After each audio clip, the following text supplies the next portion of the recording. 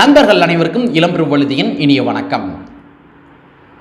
உங்கள் எல்லாருக்குமே தெரிஞ்ச விஷயம்தான், பகுஜன் சமாஜ் கட்சியினுடைய மாநில தலைவர் திரு ஆம்ஸ்ட்ராங் அவர்கள் படுகொலை செய்யப்பட்டிருக்காரு. ஸோ ஆம்ஸ்ட்ராங் அவர்களுக்கு நம்முடைய செம்மார்ந்த வீர வணக்கத்தை செலுத்திக் கொள்வோம்.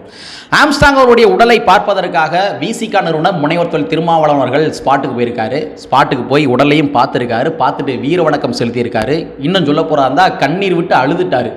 அந்த காட்சிகள் கூட சமூக வலைத்தளங்களில் பயங்கரமாக வைரலாச்சு. ஸோ கண்ணி விட்டு அழுதுட்டாரு. அதற்கு பின்பாக ப்ரெஸ் மீட்டில் பேசுகிறப்ப ஒரு முக்கியமான ஹிண்ட் கொடுக்குறாரு. காவல்துறை அதிகாரிகளுக்கு முக்கியமான ஹிண்ட் கொடுக்குறாரு. ஸோ இந்த டைரக்ஷனில் நீங்கள் விசாரணை மேற்கொள்ளுங்க அப்படின்ற மாதிரி ஒரு முக்கியமான ஹிண்ட்டை கொடுக்குறாரு. ஏன்னா இவர் தடயவியல் துறையில் வேலை பார்த்தவர். யார்? திருமாவர்கள் ஃபோரன்சிக் டிபார்ட்மெண்ட்டில் தடயவியல் துறையில் வேலை பார்த்தவர். ஸோ அதனால் இந்த படுகொலை சம்பந்தமான ஒரு சில விஷயங்கள் எல்லாமே எந்த டைரக்ஷனில் விசாரணை மேற்கொள்ளணும் அப்படின்ற மாதிரி விவரங்கள் எல்லாமே அவருக்கு ஓரளவுக்கு தெரியும். ஸோ அதன் அடிப்படையில் காவல்துறை அதிகாரிகளுக்கு ஒரு சில ஹிண்ட் எல்லாம் கொடுக்குறாரு. ஸோ அந்த ஹிண்ட் என்ன, அந்த க்ளூ என்ன, அதற்கு பின்னாடி இருக்கிற அரசியல் என்ன அப்படின்ற விவகாரத்தை இந்த காணொலியில் கொஞ்சம் டீட்டெயிலாக பார்த்துடலாம். நாங்க இப்படி வந்து பார்த்துட்டோம்.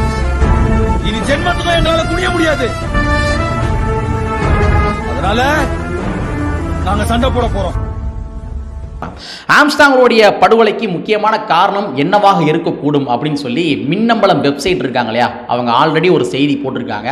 அந்த செய்தியை தழுவி நானும் கூட ஒரு வீடியோ போட்டிருக்கேன். ஸோ வாய்ப்பு இருக்கும் தோழர்கள் டிஸ்கிரிப்ஷன் லிங்க் கொடுக்குறேன், அந்த வீடியோ போய் பார்த்துட்டு வந்துருக்கேன். ஏன்னா உங்களுக்கு ஒரு பேசிக்கான ஒரு புரிதல் கிடைக்கும். இந்த படுகொலை எதனை மையப்படுத்தியது அப்படின்ற மாதிரி ஒரு பேசிக்கான புரிதல் கிடைக்கும். ஸோ அதனால் டிஸ்கிரிப்ஷன் லிங்க் கொடுக்குறேன், வாய்ப்பு இருக்கும் தோழர்கள் போய் பார்த்துட்டு வந்துருங்க. சரி, ஆம்ஸ்ட்ராங்கோடைய படுகொலை நடந்து முடிந்ததற்கு பின்பாக விசிக நிறுவனர் ஸ்பாட்டுக்கு போயிருக்காரு. போயிட்டு பத்திரிகையாளர் சந்திப்பில் பேசியிருக்காரு. அப்போ ஒரு சில முக்கியமான விஷயங்கள் பதிவு பண்றாரு. திருமாவர்கள் முக்கியமான விஷயத்தை பதிவு பண்றாரு. யாரும் பெரும்பாலும் இந்த மாதிரி ஒரு டைரக்ஷன்ல விசாரணை மேற்கொள்ளுங்க அப்படின்ற மாதிரி சொல்லவே இல்லை. ஆனால் திருமாவர்கள் பதிவு பண்றாரு. அவர் என்ன பதிவு பண்றாரு அப்படின்னா, இன்னைக்கு ஆம்ஸ்ட்ராங்கோடைய படுகொலை விவகாரத்தில் நாங்கள் தான் அந்த படுகொலை செஞ்சோம் அப்படின்ற மாதிரி ஒரு சில நபர்கள் எல்லாமே போய் காவல்துறையிட்ட ஆஜராயிருக்காங்க. நாங்கள் தான் செஞ்சோம் அப்படின்ற மாதிரி வாலண்டியராக போய் ஆஜராயிருக்காங்க. ஆனால் ஆஜரான நபர்கள் யாருமே உண்மையான குற்றவாளிகள் கிடையாது அப்படின்ற மாதிரி திருமாவர்கள் பதிவு பண்ணுறாரு. கொஞ்சம் யோசிச்சு பாருங்க, ரொம்ப முக்கியமாக கவனிக்கப்பட வேண்டிய இந்த கூற்று. ஏன்னா குற்றவாளி நான் தான் குற்றத்தை செஞ்சேன்ற மாதிரி ஒப்புக்கொண்டு போய் காவல்துறையிட்ட ஆஜராகிறான். ஆனால் குற்றவாளி அவங்க கிடையாது அப்படின்ற மாதிரி அவர் பதிவு பண்ணுறாரு, திருமாவர்கள் பதிவு பண்ணுறாரு. அதுக்கான காரணங்கள் என்ன அப்படின்னா, இப்போ ஒன்றும் கிடையாது. இப்போ எனக்கும் பக்கத்து வீட்டுக்காரனுக்கும் ஒரு பிரச்சனை அப்படின்னு எடுத்துக்கோங்க. அப்போ எனக்கும் பக்கத்து வீட்டுக்காரனுக்கும் பிரச்சனைகள் வருகின்றது, அதன் மூலமாக வாக்குவாதங்கள் முற்றுகின்றது, அதன் மூலமாக கை கலப்புகள் எல்லாம் ஏற்படுகிறது. அப்போ எனக்கு தெரிந்த டைரக்டான எதிரி அவன் தான், அவனுக்கு தெரிந்த டைரக்டான எதிரி நான் தான். அப்போ அவனுக்கு ஏதாச்சும் பிரச்சனைகள் அப்படின்னா அதுக்கு நான் தான் காரணமாக இருப்பேன், எனக்கு ஏதாச்சும் பிரச்சனைகள் அப்படின்னா அதுக்கு அவன் தான் காரணமாக இருப்பான். ஸோ டைரக்டான எதிரி தெரியுறாங்க. ஆனால் இந்த விவகாரத்தை எடுத்துங்க. இந்த விவகாரத்தில் ஆம்ஸ்ட்ராங் அவர்களை படுகொலை செய்த நபர்கள் எல்லாருமே கூலிப்படையை சார்ந்தவர்கள். அவங்க டைரக்டான எதிரி கிடையாது. ஆம்ஸ்ட்ராங் அவர்களுக்கு டைரக்டான எதிரி கிடையாது. இவங்க எல்லாருமே கூலிப்படையை சார்ந்தவர்கள். அப்ப கூலிப்படைகள் என்று வருகின்ற பொழுது அந்த கூலிப்படைகள் காசை வாங்கிட்டு வேலை செய்கின்ற ஒரு நபர்கள்.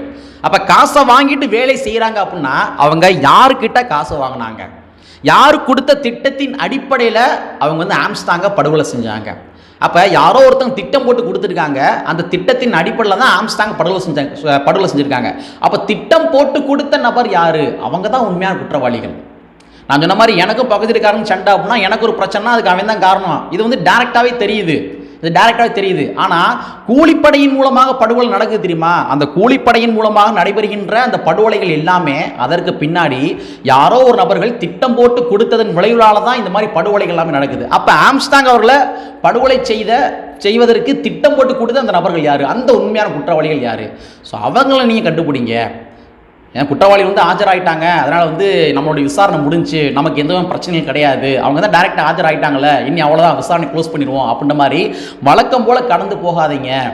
திட்டம் போட்டு கொடுத்த நபர்கள் யாருன்றதை நீங்கள் விசாரணை மேற்கொள்ளுங்க அப்படின்ற மாதிரி திருமாவர்கள் ஒரு ஹிண்ட் தூக்கி காவல்துறை அதிகாரிகள் கொடுத்திருக்காரு. ரொம்ப நுட்பம் பார்க்க வேண்டிய கருத்துகள் இந்த கருத்துக்கள், சரிங்களா? ரெண்டாவது, பத்திரிகையாளர்கள் முக்கியமான ஒரு கேள்வியை தூக்கி திருமாவர்கள்ட்ட முன்னாடி வைக்கிறாங்க. அதாவது சட்ட ஒழுங்கு சீர்குலைந்து போய் இருக்குது அப்படின்ற நம்ம எடுத்துக்கலாமா அப்படின்ற மாதிரி கேள்வியை தூக்கி முன்னாடி வைக்கிறாங்க. அதற்கு திருமாவர்கள் பதில் சொல்றாரு, சட்ட ஒழுங்கை சீர்குலைப்பதற்கான முயற்சி தான் இந்த முயற்சின்னு சொல்றாரு. அதாவது ஒன்றும் கிடையாதுங்க. இப்போ நீங்கள் சினிமா பாடியிலேயே உங்களுக்கு நான் பதில் சொல்லுவோமே. இப்போ லியோ படம் நீங்கள் பார்த்துருப்பீங்க. அந்த லியோ படத்தில் விஜய் வந்து ஆக்சிடென்டலாக ஒரு 2-3 பேரை வந்து படுகொலை செஞ்சிருவார், துப்பாக்கியை சுட்டு படுகொலை செஞ்சிருவார். ஸோ அதன் மூலமாக நீதிமன்றத்துக்கு போய் அதுக்கு பின்பாக வெளியேயும் வந்துடுவார். ஸோ வெளியில் வந்ததுக்கு பின்பாக விஜய் அவர்களுக்கு ஆபத்துகள் இருக்குது அப்படின்னு சொல்லி உளவுத்துறை என்ன பண்ணுவாங்கன்னா, காவல்துறை அதிகாரிகள்கிட்ட வந்து எச்சரிக்கை கொடுப்பாங்க. விஜய் அவர்களுக்கு ஆபத்து இருக்குது, அதனால் வந்து நீங்கள் வந்து விஜய்க்கு எச்சரிக்கை கொடுங்க அப்படின்னு சொல்லி புரோட்டோகால் அடிப்படையில் உளவுத்துறை என்ன பண்ணுவாங்க, காவல்துறைக்கு வந்து எச்சரிக்கை கொடுப்பாங்க. காவல்துறை என்ன பண்ணணும், விஜய் அவர்களுக்கு வந்து எச்சரிக்கை கொடுக்கணும். ஆனால் விஜய் அவர்களுக்கு எச்சரிக்கை கொடுத்துருக்க மாட்டாங்க அந்த திரைப்படத்தில்.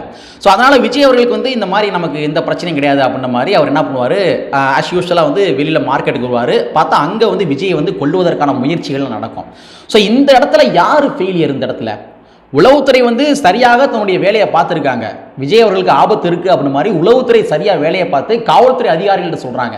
ஆனால் காவல்துறை விஜய் மேலே இருக்கிற ஒரு பொறாமையின் விளைவால் விஜய்க்கு என்ன நடந்தாலும் பரவாயில்ல அப்படின்ற மாதிரி அந்த ஒரு கண்ணோட்டத்தின் அடிப்படையில் என்ன பண்ணுறாங்க, விஜய்கிட்ட தகவல் சொல்லவே இல்லை. ஸோ அதனால தான் விஜய் அவர்கள் என்ன பண்ணுவார், ஸ்டேஷனில் போய் உனக்கு தகவல் ஆல்ரெடி தெரிஞ்சிருக்குல்ல, நீயே எனக்கு வந்து தகவலை சொல்லலை அப்படின்னு சண்டை போடுவார். ஸோ இந்த விவகாரத்தை நீங்கள் அப்படி எடுத்துங்க. இந்த விவகாரத்திலையும் அதே தான் நடக்குது. உளவுத்துறை அதிகாரிகள் என்ன பண்ணுறாங்க, எச்சரிக்கை கொடுத்துருக்காங்க. ஆம்ஸ்ட்ராங் அவர்களுக்கு எச்சரிக்கை கொடுத்துருக்காங்க, காவல்துறை அதிகாரிகளுக்கும் எச்சரிக்கை கொடுத்துருக்காங்க அப்படின்ற மாதிரி செய்திகள் வந்திருக்கு நமக்கு. ஆனால் காவல்துறை அதிகாரிகள் இந்த மாதிரி செய்திகள் வந்திருக்கே அப்படின்ற பட்சத்தில் அவங்க பாதுகாப்பு வளையத்தை வந்து பலப்படுத்தி இருக்கணும். கரெக்டுங்களா? ஆம்ஸ்ட்ராங் அவர்களுக்கு வந்து பாதுகாப்பு வளையத்தை வந்து பலப்படுத்தியிருக்கணும். அப்போ பாதுகாப்பு வளையத்தை பலப்படுத்தாமல் காவல்துறை அதிகாரிகள் ஒரு மெத்தன போக்காக இருந்ததன் விளைவுகளால் தான் இந்த மாதிரி படுகொலை நடந்திருக்கு அப்படின்னு நம்ம எடுத்துக்கலாம். ஸோ அப்போ இந்த இடத்துல சட்ட ஒழுங்கை சீர்குலைப்பதற்கான முயற்சி தானே இந்த முயற்சி. நம்ம அப்படியும் பார்க்கணும்ல. சட்ட ஒழுங்கை ஏதாவது தகவல் கிடச்சிருக்குது, ஆம்ஸ்ட்ராங் அவர்களுக்கு வந்து இந்த மாதிரி திட்டம் இருக்குது அப்படின்ற மாதிரி தகவல் கிடச்சிருக்குது. ஆனால் காவல்துறை அதிகாரிகள் பாதுகாப்பை பலப்படுத்தலை. அப்போ வந்து சட்ட ஒழுங்கை சீர்குலைப்பதற்கான முயற்சி தான் இந்த முயற்சி. இதைத்தான் திரும்ப அவர்கள் பிரஸ் மீட்டில் சொல்கிறாரு. அவர் சொல்கிறாரு, சட்ட ஒழுங்கை சீர்குலைப்பதற்கான முயற்சி இந்த முயற்சி. காவல்துறை அதிகாரிகள் ஏன் வந்து பலப்படுத்தலை அப்படின்ற மாதிரி ஸ்டேட்மெண்ட்டை தூக்கி முன்னாடி வைக்கிறாரு திரும்ப அவர்கள். அப்போ இந்த கள்ளக்குறிச்சி கள்ளச்சாரா விவகாரத்திலும் சரி, காவல்துறை அதிகாரிகளுடைய மெத்தன போக்கு தான் அவ்வளோ இறப்பிற்கு முக்கியமான காரணம். அதே மாதிரி இந்த இடத்துலையும் எடுத்துங்க, நீங்கள் ஆம்ஸ்ட்ராங் அவருடைய படுகொலையும் எடுத்துங்க. காவல்துறை அதிகாரிகள் இந்த ஆம்ஸ்ட்ராங் அவர்களுக்கு பாதுகாப்பு வளையத்தை பலப்படுத்தாத விளைவால் தான் இந்த மாதிரி படுகொலைகள் நடந்திருக்குது. அப்போ காவல்துறை அதிகாரிகள் என்ன விதமான ஐடியாலஜியில் இருக்கிறாங்க அப்படின்ற மாதிரி ஆய்வுகள் பண்ணணும். காவல்துறை அதிகாரிகளுக்கு வந்து ஒருவேளை மேபி ஸ்டாலின் அரசாங்கத்தினுடைய ஆட்சிகள் பிடிக்காம இருந்திருக்கலாம், அவங்களுடைய ஆட்சிக்கு வந்து களங்கம் ஏற்படுத்த வேண்டும் என்ற காரணத்துக்காக கூட மெத்தன போக்காக கூட இருந்திருக்கலாம். சரிங்களா? ஏன்னா காவல்துறை அதிகாரிகளுக்கும் வாக்குரிமை இருக்கு இல்லையா? காவல்துறை அதிகாரிகளுக்கு ஒருவேளை அண்ணா திராவிட முன்னேற்ற கழகம் பிடிச்சிருக்கலாம், ஒருவேளை பாரதிய ஜனதா கட்சி பிடிச்சிருந்திருக்கலாம், ஸோ ஸ்டாலின் கவர்மெண்ட் பிடிக்காம கூட இருந்திருக்கலாம். ஸோ அப்படிங்கிற பட்சத்தில் காவல்துறை அதிகாரிகள் ஒருதலை பட்சமாக கூட செயல்படுவதற்கான வாய்ப்புகள் இருக்குது. அதே மாதிரி வந்து என்ன நடந்தாலும் பரவாயில்ல, ஸ்டாலின் அரசாங்கத்தான வந்து களங்கம் விளைவிக்கும், அதனால நம்ம அசால்ட்டா இருந்துக்குருவோம் அப்படின்ற மாதிரி கூட இருந்து போவதற்கான வாய்ப்புகள் இருக்குது. ஸோ ஆக மொத்தத்தில் சட்ட ஒழுங்கு சீர்குலைந்து போய்விட்டது என்பதை விட சட்ட ஒழுங்கை சீர்குலைப்பதற்கான முயற்சிகளாக கூட இது இருக்கலாம் அப்படின்ற மாதிரி ஒரு கண்ணோட்டத்துக்கு நம்ம பார்க்க வேண்டிய தேவைகள் எல்லாமே இருக்குது. ஸோ அதற்காக நான் திராவிட முன்னேற்ற கழக அரசாங்கத்தை வந்து நியாயப்படுத்தி பேசல. திராவிட முன்னேற்ற கழக அரசாங்கத்தினுடைய ஒரு மிகப்பெரிய தோல்வி தான் இந்த மாதிரி படுகொலை எல்லாமே. ஸோ திராவிட முன்னேற்ற கழக அரசாங்கம் என்ன பண்ணும் அப்படின்னா, நேரடியாக இந்த காவல்துறை சம்பந்தமான விவகாரங்களில் ஈடுபட்டு அதில் யார் யார் எந்தெந்த சிந்தனை உடையவர்கள் அப்படின்ற மாதிரி கண்டறிஞ்சு அதன் அடிப்படையில் அதனுடைய அடிப்படை கட்டமைப்புகளே மாற்றணும் அப்படின்றத இந்த காணொளி வாயிலா ஒரு வேண்டுகோளை தூக்கி முன்னாடி வச்சுக்கிறேன். ஸோ என்ன பொறுத்த வரைக்கும் திருமாவர்களும் கூட இந்த ஒரு கண்ணோட்டத்தின் அடிப்படையில் தான் அந்த மாதிரி சட்ட ஒழுங்கை சீர்குலைப்பதற்கான முயற்சிகள் அப்படின்ற மாதிரி பதிவு பண்ணிப்பார் அப்படின்றத நான் நினைக்கிறேன். ஸோ இது எப்படியோ உள்ளபடியே வேதனையான விஷயம். ஆம்ஸ்ட்ராங் அவர்கள் படுகொலை செய்யப்பட்டது என்பது வேதனையான விஷயம். ஸோ விசாரணைகள் எல்லாமே போய்கிருக்கு. உள்ளபடியே திருமாவர்கள் சொன்ன மாதிரி இந்த படுகொலைக்கு கூலிப்படைக்கு திட்டம் போட்டு கொடுத்த நபர்கள் யாரு அப்படின்றத கண்டறிஞ்சு அதன் அடிப்படையில் காவல்துறை அதிகாரிகள் எல்லாமே செயல்பட வேண்டும் என்பதை கேட்டுக்கொண்டு கற்பி ஒன்று சீர் புரட்சி செய்கின்ற புரட்சி வரியை கூறிக்கொண்டு நிறைவு செய்கின்றேன். நன்றி, வணக்கம்.